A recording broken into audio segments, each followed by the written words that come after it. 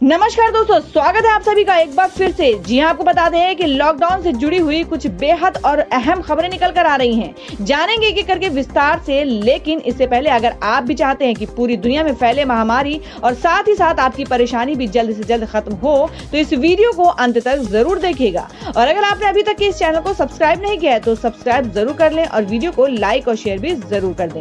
दोस्तों, खबरों का सिलसिला शुरू करने से पहले आपको बता दें कि महामारी का कहर दिन ब दिन बढ़ने के कारण सरकार की तरफ से कुछ कड़े कानून और कुछ रियायतें दी गई हैं, जिन्हें जानना आपके लिए बेहद जरूरी है। इसलिए आपसे अनुरोध है कि खबरों में अंत तक जरूर बने रहिएगा। तो खबरों का सिलसिला शुरू करते हुए बढ़ते हैं पहली बड़ी खबर की ओर।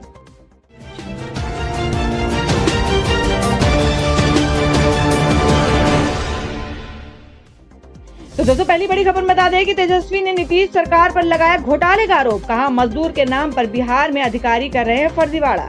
जी हम बात करें कि बिहार में विपक्ष के नेता और पूर्व डिप्टी सीएम तेजस्वी ने नीतीश सरकार पर मजदूरों के नाम पर घोटाले का आरोप लगाया है। उन्होंने कहा कि नीतीश सरकार पूर्णतः बेनकाब हो चुकी है। तेजस्वी यादव ने आरोप लगाते हुए कहा, बिहार सरकार बाहर फंसे मजदूरों को वापस लाने नहीं चाहती है। इसी कारण 47 दिन से वेतन और राशन के अभाव में भूख से जान जा रहे श्रमिकों को पहले किराया नहीं दिया, और जब कोई राज्य सरकार बिहारी मजदूरों को भेजना चाहती है तो उनसे संवाद स्थापित करने में आनाकानी कर रही है और कह रही है। तेजस्वी यादव ने आरोप लगाते हुए कहा कि बिहारी या प्रवासी श्रमिक भाई वापस अपने घर नहीं जा सके, इसलिए नीतीश सरकार द्वारा जानबूझकर जटिल नियम बनाए जा रहे हैं। नीतीश सरकार कहती है कि 47 दिन से बिना वेतन और राशन के दूसरे प्रदेशों में मानसिक, शारीरिक, सामाजिक और आर्थिक और भावनात्मक शोषण के शिकार श्रमिक किसी से उधार लेकर अपना किराया दे, फिर हम उन्हें 21 दिन क्वारंटाइन करेंगे, उसके बाद उन्हें किराया देंगे।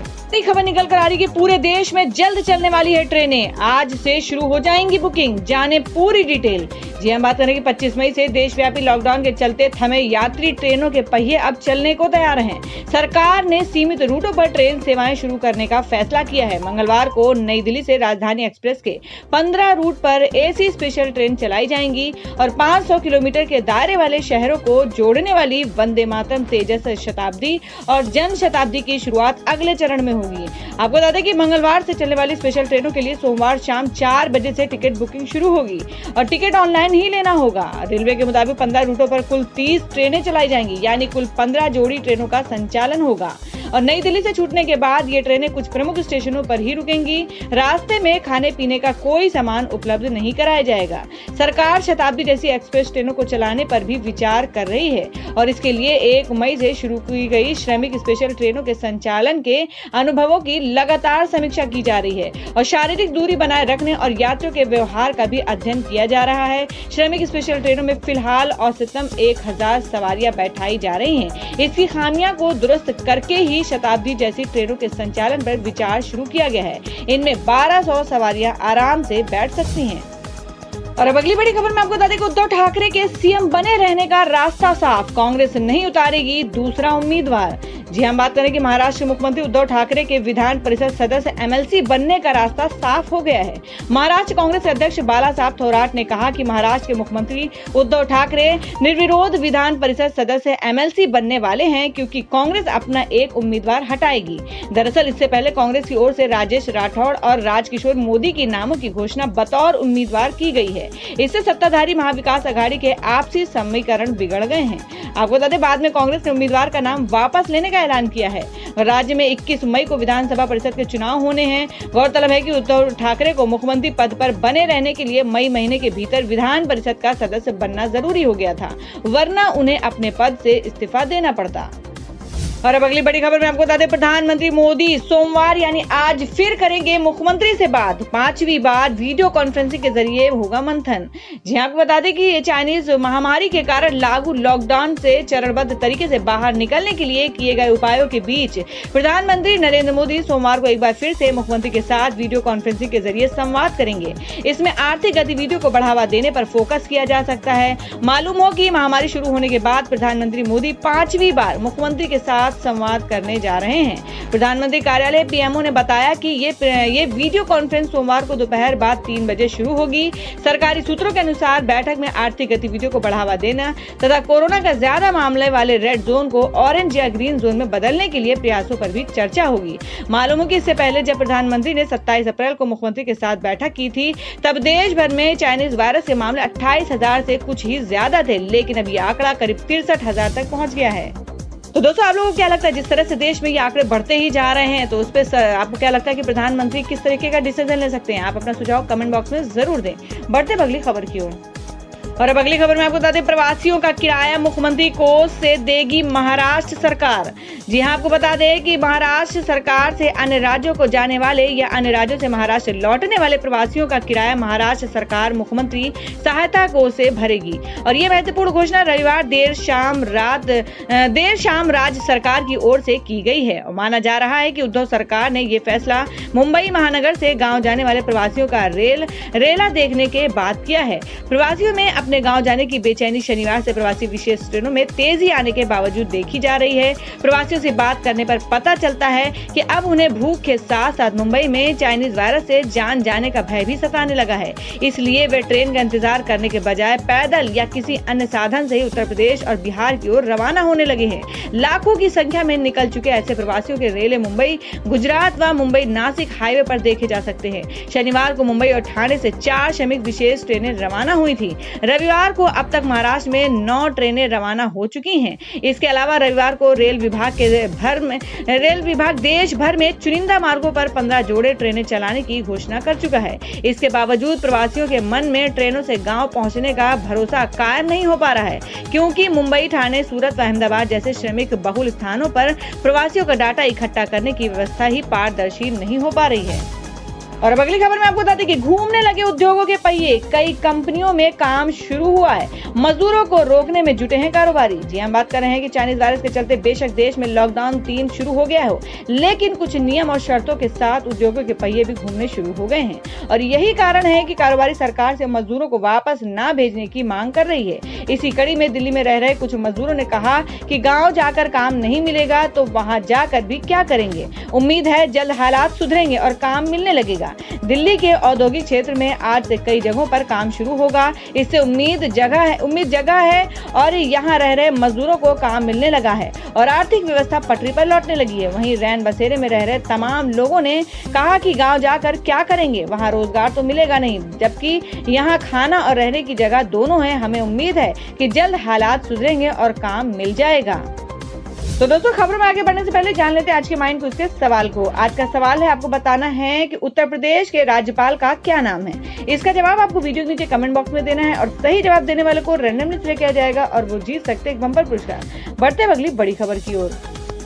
और अब अगली बड़ी खबर में आपको बता दें कि भारत को मिली बड़ी सफलता, बनाई पहली स्वदेशी कोविड-19 एंटीबॉडी टेस्टिंग किट। जी हम बात कर रहे हैं कि ये चाइनीज वायरस संक्रमण को रोकने में टेस्टिंग की एक बड़ी भूमिका है और ऐसे में भारत के तमाम वैज्ञानिक और संस्थान इस वायरस की टेस्टिंग किट बनाने की लगातार कोशिश में जुटे थे और इस कड़ी में भारतीय वैज्ञानिकों को आज बड़ी सफलता हाथ लगी है। National institute of virology Pune ने सफलतापूर्वक देश की पहली टेस्टिंग किट को तैयार कर लिया है और इस बात की जानकारी केंद्रीय स्वास्थ्य मंत्री डॉक्टर हर्षवर्धन ने दी है। उन्होंने बताया कि कोविड-19 की एंटीबॉडी को टेस्ट करने में यह किट अहम भूमिका निभाएगी और इस किट के जरिए लोगों का बड़ी संख्या में टेस्ट किया जा सकता है। और ELISA kit rapid antibody kit की ही तरह है, जो कि खून में एंटीबॉडी की जांच करती है, जिसमें पता चलता है कि कोई व्यक्ति चाइनीज वायरस से संक्रमित है या नहीं। और अब बता दें आपको कि वंदे मातरम का मिशन, यूनाइटेड किंगडम से मुंबई वापस आए 326 भारतीय। अब तक 1373 लोगों को किया गया एयरलिफ्ट। जी हम बात कर रहे हैं कि चाइनीज वायरस का कहर पूरी दुनिया में जारी है और चाइनीज वायरस से बचने के लिए सभी देशों ने अपनी सीमाएं सील कर दी हैं, जिस वजह से लाखों भारतीय दूसरे देशों में फंस गए हैं, जिन्हें निकालने के लिए भारत सरकार ने वंदे मातरम मिशन लॉन्च किया है। और इस मिशन के तहत 9 दिनों के अंदर 12 देशों में फंसे 14,000 भारतीयों को एयरलिफ्ट किया जाएगा। शनिवार को 326 भारतीय नागरिकों को यूनाइटेड किंगडम से वापस लाया गया है। भारतीय नौसेना के 3 जहाज भी इस ऑपरेशन में लगे हैं। वहीं विदेश मंत्रालय के मुताबिक 326 भारतीयों को लेकर एयर इंडिया के विशेष विमान ने शनिवार को मुंबई में लैंड किया और लैंड करने के बाद सभी के स्वास्थ्य की जांच की गई है। और अब बता दें कि चाइनीज वायरस का मरीज पाए जाने के बाद मुंबई स्थित टी सीरीज की बिल्डिंग सील। जी हां, आपको बता दें कि दुनिया के सबसे बड़े म्यूजिक लेबल में से एक और बॉलीवुड में बड़ी बड़ी फिल्मों के निर्माण से लेकर बड़े पैमाने पर सिंगल वीडियो बनाने वाली कंपनी टी सीरीज के मुंबई स्थित दफ्तर को महानगर पालिका बीएमसी ने सील कर दिया है। और शनिवार को टी सीरीज की इमारत में रहने वाले ग्राउंड स्टाफ में से एक शख्स को चाइनीज वायरस का पॉजिटिव निकला और उसके बाद टी सीरीज के अंधेरी स्थित इमारत को सील करके उन पर कार्रवाई बीएमसी की ओर से की गई है। और आपको बता दें, कुछ न्यूज एजेंसी की ओर से जब टी सीरीज से इस खबर की पुष्टि के लिए संपर्क किया तो कंपनी के प्रवक्ता ने इस खबर को सही ठहराया। प्रवक्ता ने कहा कि लॉकडाउन के चलते इस इमारत में ना तो किसी तरह का कोई काम हो रहा था और ना ही कोई कर्मचारी वहां किसी काम के लिए जा रहा था, मगर उसी इमारत में कंपनी के सुरक्षा कर्मियों और अन्य ग्राउंड स्टाफ के रहने की व्यवस्था है। तो दोस्तों, खबर में आगे बढ़ने से पहले एक बार फिर से आपको याद दिला दें कि अगर आपने अभी तक हमारी वीडियो को लाइक नहीं किया तो जल्दी से वीडियो को लाइक कर दें, क्योंकि आपका एक लाइक हमारे लिए बहुत ही ज्यादा महत्वपूर्ण होता है। और अगर आप हमारे चैनल पर नए हैं तो चैनल को जरूर सब्सक्राइब कर लें और बेल के बटन को भी जरूर हिट कर दें। बढ़ते अगली बड़ी खबर की ओर। और अब अगली खबर में बता दें कि रेल मंत्री पीयूष गोयल ने कहा, सभी राज्य ट्रेनें चलाने की इजाजत दें, हम रोज 300 श्रमिक एक्सप्रेस चलाने में हैं सक्षम। जी हम बात करें कि रेल मंत्री पीयूष गोयल ने सभी राज्यों से अपील की है कि वे ट्रेनें चलाने की इजाजत दें ताकि फंसे हुए मजदूरों को उनके घर तक पहुंचाया जा सके। उन्होंने कहा कि रेलवे कम समय के नोटिस पर हर रोज 300 श्रमिक एक्सप्रेस चलाने में सक्षम है। गृह मंत्री अमित शाह द्वारा पश्चिम बंगाल की मुख्यमंत्री ममता बनर्जी को इस तरह की रेलगाड़ियां चलाने की अनुमति देने के लिए पत्र लिखने के बाद रेल मंत्री ने यह अपील की है। पीयूष गोयल ने रविवार को ट्वीट किया कि माननीय प्रधानमंत्री मोदी जी के निर्देशों के मुताबिक रेलवे बेहद कम समय के नोटिस पर प्रतिदिन 300 श्रमिक विशेष रेलगाड़ियां चलाने के लिए बीते 6 दिनों से तैयार है। उन्होंने कहा, मैं सभी राज्यों से अपील करता हूं कि अपने फंसे श्रमिकों को निकालने और वापस लाने की अनुमति दे ताकि अगले 3-4 दिनों में हम उन सभी को वापस घर पहुंचा सके। और अब अगली खबर में आपको बता दें कि पीएम केयर्स फंड पर राहुल गांधी ने उठाए सवाल, कहा बहुत पैसा आया है जिसकी ऑडिट होनी चाहिए। जी आपको बता दें कि चाइनीज वायरस के संकट के लिए बनाए गए पीएम केयर्स फंड पर कांग्रेस पार्टी के पूर्व अध्यक्ष राहुल गांधी ने सवाल उठाए हैं। राहुल गांधी ने कहा कि पीएम केयर्स फंड में बहुत पैसा आया है जिसकी ऑडिट होनी चाहिए। कांग्रेस नेता ने प्रधानमंत्री नरेंद्र मोदी से आग्रह किया कि वह चाइनीज वायरस के संकट से निपटने के मकसद से बने पीएम केयर्स फंड का ऑडिट सुनिश्चित करें।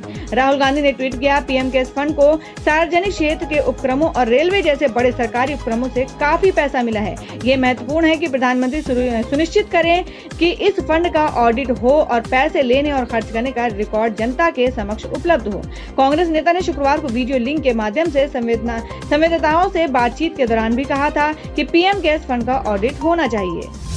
और अब बता दें कि देश भर में क्या है मौसम का हाल। देश के कई हिस्सों में आंधी तूफान का तांडव। अगले 24 घंटे में यहां हो सकती है भारी बारिश और ओलावृष्टि। जी आपको बता दें कि पूरा देश इस वक्त चाइनीज वायरस के संकट से जूझ रहा है, तो वहीं देश के कई राज्यों में हो रही बेमौसम बरसात ने किसानों को बुरी तरह से परेशान कर दिया है। रविवार को दिल्ली एनसीआर समेत देश के कई राज्यों में आंधी तूफान आया और कहीं कहीं तो बिजली गिरने की भी घटनाएं हुई। तो वहीं स्काईमेट वेदर के मुताबिक अगले 24 घंटे के दौरान देश के कई हिस्सों में आंधी तूफान आने की आशंका है। वेबसाइट के मुताबिक केरल और दक्षिणी आंतरिक कर्नाटक में हल्की से मध्यम बारिश के साथ 1-2 स्थानों पर भारी वर्षा के आसार हैं। स्काईमेट ने कहा कि असम, मेघालय, अरुणाचल प्रदेश, नागालैंड, जम्मू कश्मीर, लद्दाख, हिमाचल प्रदेश, उत्तराखंड, गिलगित बल्टिस्तान, मुजफ्फराबाद, पंजाब, हरियाणा, उत्तरी राजस्थान, दिल्ली, पश्चिम उत्तर प्रदेश, मध्य के कुछ हिस्सों में विदर्भ में धूल भरी आंधी और गरज के साथ हल्की बारिश संभव है।